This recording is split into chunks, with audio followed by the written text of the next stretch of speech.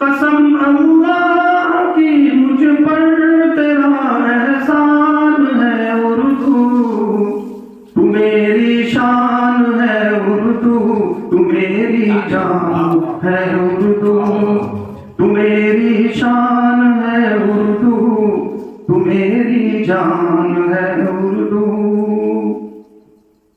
نہ تو ہوتی تو میں بھی اجنبی ہوتا زمانے میں، نہ تو ہوتی تو میں بھی اجنبی ہوتا زمانے میں۔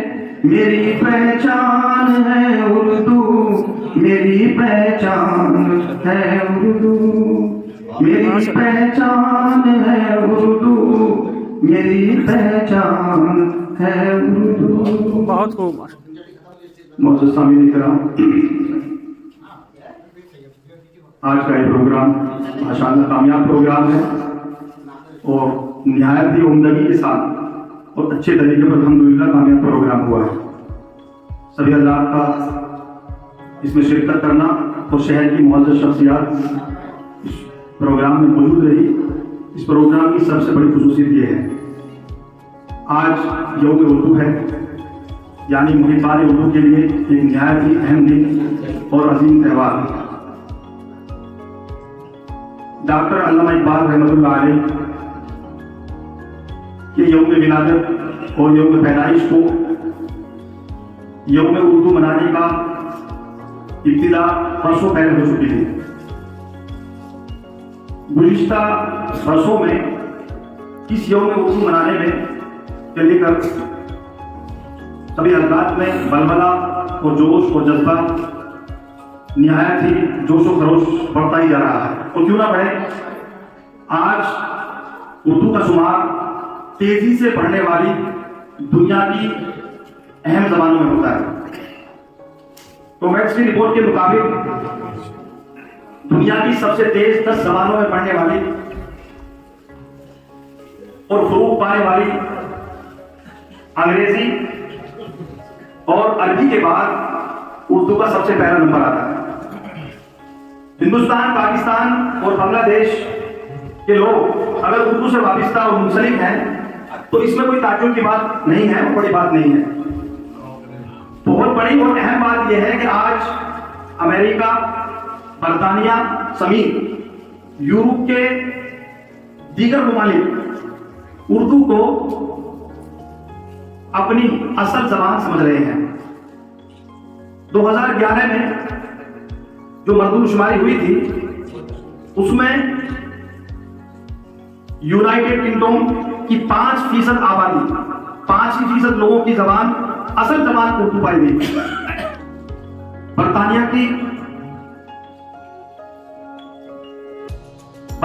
کی مقبولیت اردو کی، برطانیہ میں اردو کی مقبولیت سے اندازہ لگایا جا سکتا ہے کہ ان 12 سالوں کے اندر اس تعداد میں اور بھی زیادہ اضافہ ہوا ہوگا۔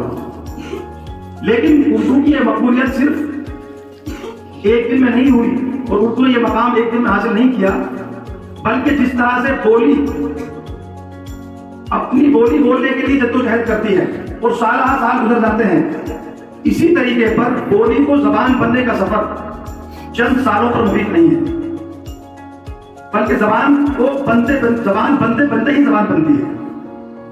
اردو زبان کی یہ خوش نصیبی رہی ہے کہ اس نے اپنے ابتدائی دور میں ہی اس کو بہت زیادہ پروان چڑھنے کا موقع ملا ہے۔ شاندار ادب کو تخلیق دینے والے لوگ اس کو میسر ہوئے ہیں، اور اس کی بدنصیبی یہ رہی ہے کہ اپنے ہی گھر میں اس کو بیگانہ بنانے کی کوشش اور اس کو مٹانے کی ناکام کوشش کی گئی ہے۔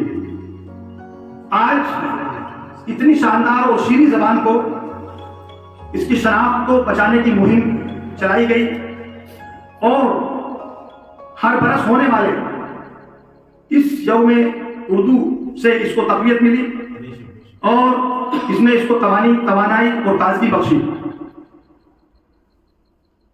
اردو زبان بلکہ کوئی بھی زبان صرف زبان نہیں ہوتی، بلکہ وہ ثقافت بھی اس کے ساتھ جڑی ہوئی ہوتی ہے۔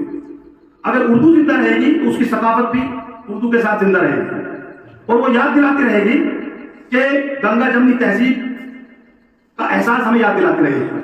وہ یہ بتاتی رہے گی کہ یہ اردو ہی ہے جس کے شہرت یافتہ الفاظ آداب یا انقلاب جیسے الفاظ اس اردو سے نکل کر کے آئے. اردو فلموں میں زندہ ہے لیکن اپنی شناخت کے ساتھ زندہ نہیں ہے.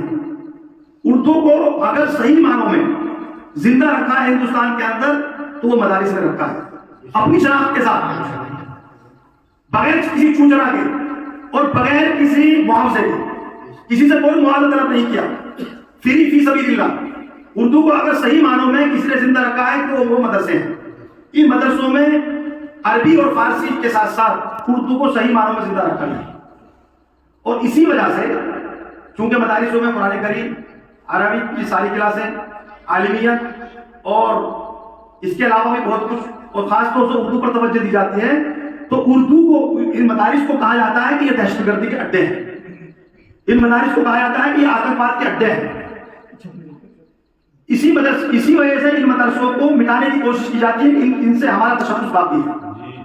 یہ مدرسے صرف دین کی ہی نہیں بلکہ دین کی اور ہمارے تشخص کی چھاونیاں ہیں.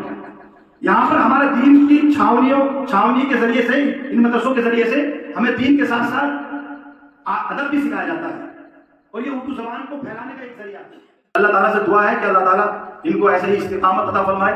اور اس پروگرام جو ہمارا ہوا ہے اس میں بہت ساری دین کی باتیں ہوئی ہیں، اللہ تعالیٰ سب کو قبول فرمائے. خاص طور سے دعا جو کرنی ہے وہ یہ کرنی ہے کہ اللہ تعالیٰ فلسطین کے مسلمانوں کی مدد فرمائے اور ان کو ہر طریقے سے کامیابی فرمائے. اللہ تعالیٰ